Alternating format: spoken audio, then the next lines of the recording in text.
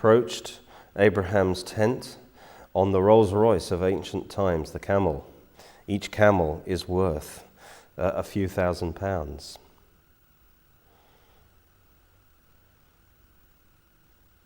One of our bonuses of visiting Genesis land was the discovery that this was the very location where Abraham and Lot and their flocks were living together in Genesis 13 when they decided to separate.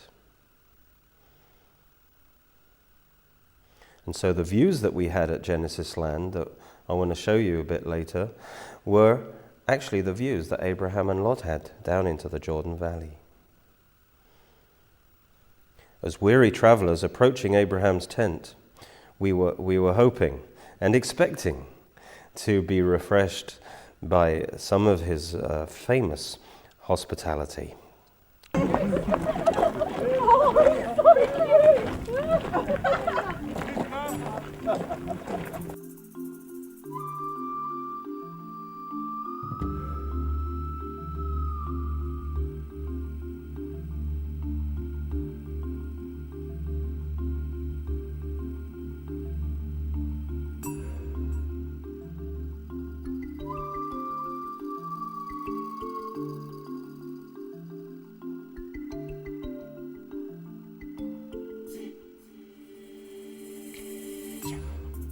Genesis 13:10 says, "And Lot lifted up his eyes and saw all the plain of the Jordan, that it was well watered everywhere, before the Lord destroyed Sodom and Gomorrah, like the garden of the Lord, like the land of Egypt, as you go toward Zoar."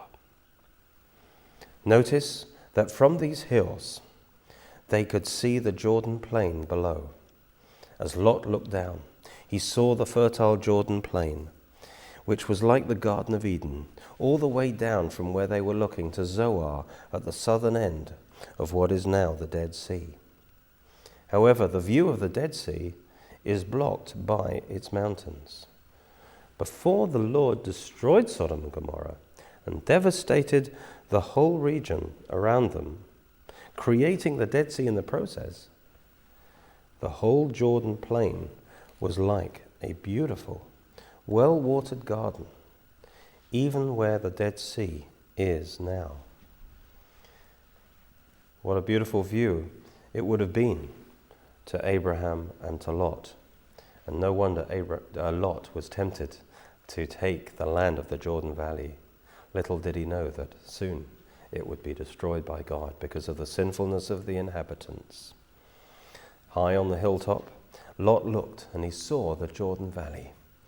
Because of the mountains, only the northern end of the valley could be seen, certainly not as far south as Sodom or Gomorrah. One author in the late 1800s checked this out for himself, and this is what he said. And this is written by Henry Harper of the Palestinian Exploration Society in the Bible and Modern Discoveries. He says, "What can there be seen is the northern end of the Dead Sea, the Jordan Valley, and the river running like a blue thread through the green plain. The hills of En-Gedi shut out completely all view of the southern end of the sea. But, as I before said, the northern end, where the Jordan runs in, is about 2 or 3 miles of that sea can be seen, of the northern end. I've wandered all over the Bethel Hills," he says, "and tested this question." So in Genesis chapter 13, let's go back there, in verse 11, it says, "Then Lot chose for himself all the plain of the Jordan, and Lot journeyed east, and they separated from each other." Lot really should have given Abraham the first choice, but he took Abraham at his word, and he claimed what we thought was the best ground. Lot saw the northern end of the area now occupied by the Dead Sea. When he traveled east from where he was, down the hills, into the valley, this is where he initially went, to the north end of the Dead Sea. Genesis 13:12 tells us what happens next. Abraham dwelt in the land of Canaan, and Lot dwelt in the cities of the plain, Notice that expression. We'll see it again. These cities that were destroyed are called the cities of the plain. And it says that Lot pitched his tent even as far as Sodom. Lot dwelled in the cities of the plain of Jordan.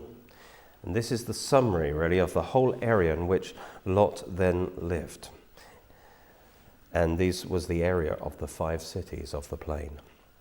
Well, this plain of Jordan covered a large area, since the northern region is what initially caught Lot's eye. He would first have come down from the hills to Zeboim in the northern end. Then it describes Lot dwelling in the cities of the plain, and then pitching his tent towards Sodom, which is generally accepted to be at the southern end of the Dead Sea. In fact, there's a salt mountain there called Mount Sodom today. It's the biggest salt mountain in the world. In other words, Lot headed south from the northern end of the Dead Sea. He headed south in the direction of Sodom. The Bible reveals that there were 5 such cities of the plain that Lot would have visited in order: Zeboim, then Admah, Gomorrah, Sodom, and then the southernmost one was Zoar. This map shows their locations based on 5 regions of ashen remains with sulfur bores that have been discovered near the Dead Sea. We will see that these locations also agree with all the other clues given in the Bible.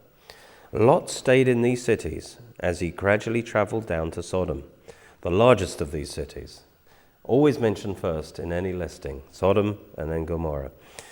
And we know that Lot finally took up residence in Sodom. But Genesis 13:13 ominously adds, "But the men of Sodom were exceedingly wicked and sinful against the Lord." Here was the warning of coming judgment. Well, Lot had many animals. That's why he had to separate from Abraham. So as he journeyed towards the plain and through the plain, he had to travel slowly, taking his flocks with him. Wherever he stopped along the way, he needed to have enough pasture land for his animals. And the sites, the ashen remains that can be found, locate those 5 cities.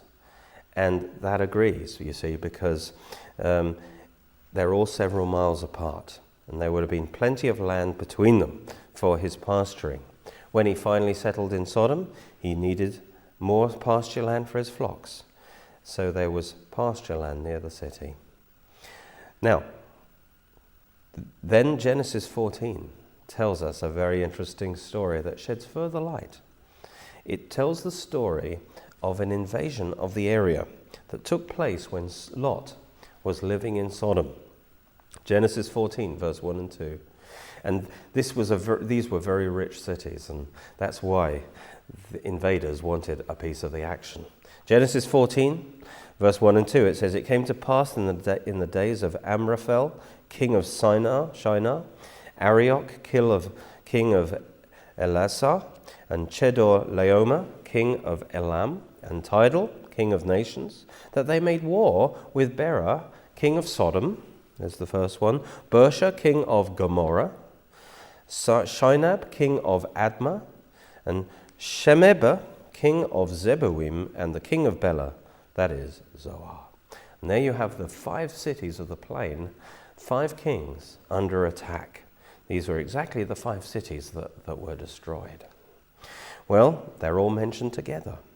And then in verse 3, it says, "All these kings joined together in the valley of Siddim." That is the Salt Sea. Now, here we're told that the region that later became the Salt Sea, it actually became that Salt Sea that was created in the judgment of Sodom and Gomorrah. But in this region was originally a valley. The Dead Sea did not always exist. It was originally a valley called the Valley of Siddim. Later it became the famous Salt Sea, the Dead Sea. And it was in this valley, it says, that all the kings joined together in battle. If the Dead Sea was there, that would be silly, wouldn't it? You don't fight a battle in the middle of the Dead Sea. But it used to be a valley. And it says that they went down into the valley to fight the battle. And the invaders won this battle. And for 12 years, the 5 kings, were submitted to these invading kings. Then it says in the 13th year they rebelled, and they went out to battle in the valley. It's interesting there that the first mention of the number 13 in the Bible is connected with rebellion. That tells you something about the meaning of 13. 12 is governmental perfection. You know, you have all the things in the New Jerusalem, the 12 apostles, and you have all the 12s, which denote perfect order under God's authority. But add one to the 12, the 13, you have the number for rebellion. So they rebelled in the 13th year, and again they went out to battle in the valley. Genesis 14:8 says, the king of Sodom, the king of Gomorrah, the king of Admah, the king of Zeboim, and of Bela, that is Zoar, went out. They went out of their cities, and they joined together in battle in the valley of Siddim. So they came out of their cities. Remember, they're called the cities of the plain, not the cities of the valley. They're the cities of the plain above and around the valley. They went out of the cities and they went down into the plain, which is where the Dead Sea is right now.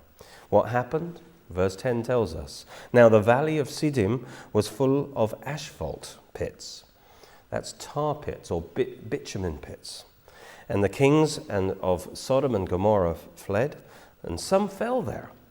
And what happened is, in the panic and the fleeing, many were trapped and fell into those pits. And the remainder fled to the mountains of Jordan. You see, at this time, the Jordan River would have flowed all the way down to the Gulf of Aqaba through this valley. The entire area was lush and beautiful. And the kings chose to fight in this valley, but they lost. Now notice, the cities were said to be in the plain, not the valley.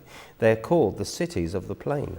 The kings went out of their cities and down into the valley to fight their battles. This proves that the cities of Sodom and Gomorrah are not now under the Dead Sea. They were not covered by the waters of the Dead Sea, but they were on the plain surrounding the Dead Sea, just where we find their ashen remains today. According to Genesis 14:10, at this time there was no Dead Sea, but there was a valley where the Dead Sea now is, and that it was full of tar pits. It oozed bitumen. Now, this was very expensive stuff. It's interesting that Josephus says that the Dead Sea was formed as a result of the devastation that destroyed Sodom and Gomorrah. And it was called Lake Sodom. And Josephus and the Greeks also called it Lake Asphaltis, because it had a lot of asphalt. It had naturally surfacing asphalt or bitumen. In modern times even, asphalt is occasionally found floating in the southern part of the Dead Sea, although there was obviously much more discharge in the past. Josephus affirms that the sea in many places sends up black masses of asphalt having the form and size of oxen. The abundant supply of bitumen in the valley sheds light on other scriptures as well. Because Sodom, it's generally known, isn't it, for its widespread homosexuality. But the Bible's description of the sin is far wider.